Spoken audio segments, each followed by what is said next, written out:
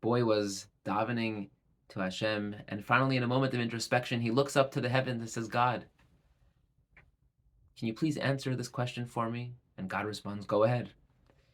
Well, how long is a million years to you? Which God responds, a second.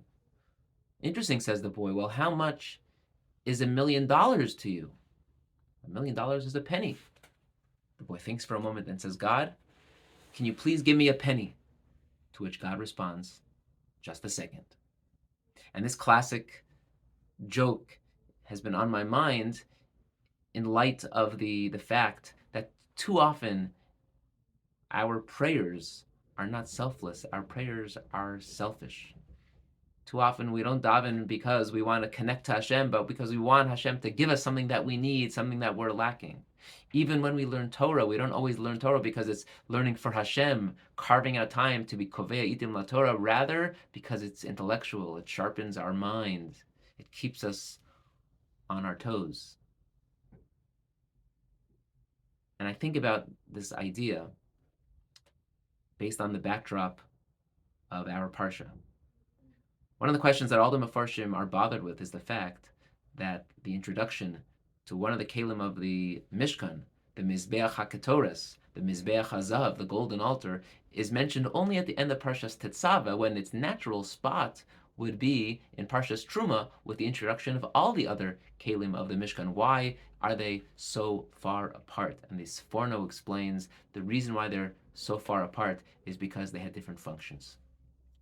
You see, the function of the kelim of the Mishkan and the Beis Hamikdash were all in order to bring Hashras Shechina, to bring God's presence into our world, into our lives. But the function of the Mizbeach HaKetoras, the incense altar, is to be a Reach Nichoach LaHashem, is to be outer directed. It's to give everything to Hashem. So as everything else is inner directed, the Ketoras is outer directed. It reminds us that there is an aspect in our lives that needs to be taken care of, which is that every day we have to give selflessly to Hashem.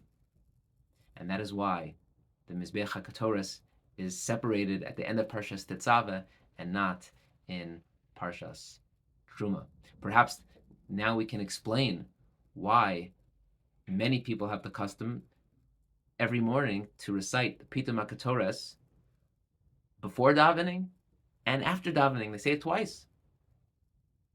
Because the idea, the concept of the Ketoras is to make sure that we know and that Hashem knows that our tefillos are not for any selfish reasons. It's not because we need help financially, we need to get a good grade on a test, or we need to meet our bashert, but rather the tefillah is simply to build a relationship. This is what is Ratzon Hashem. This is what we're going to do. There's no better source or idea or concept of what tefillah is all about than the Kaddish.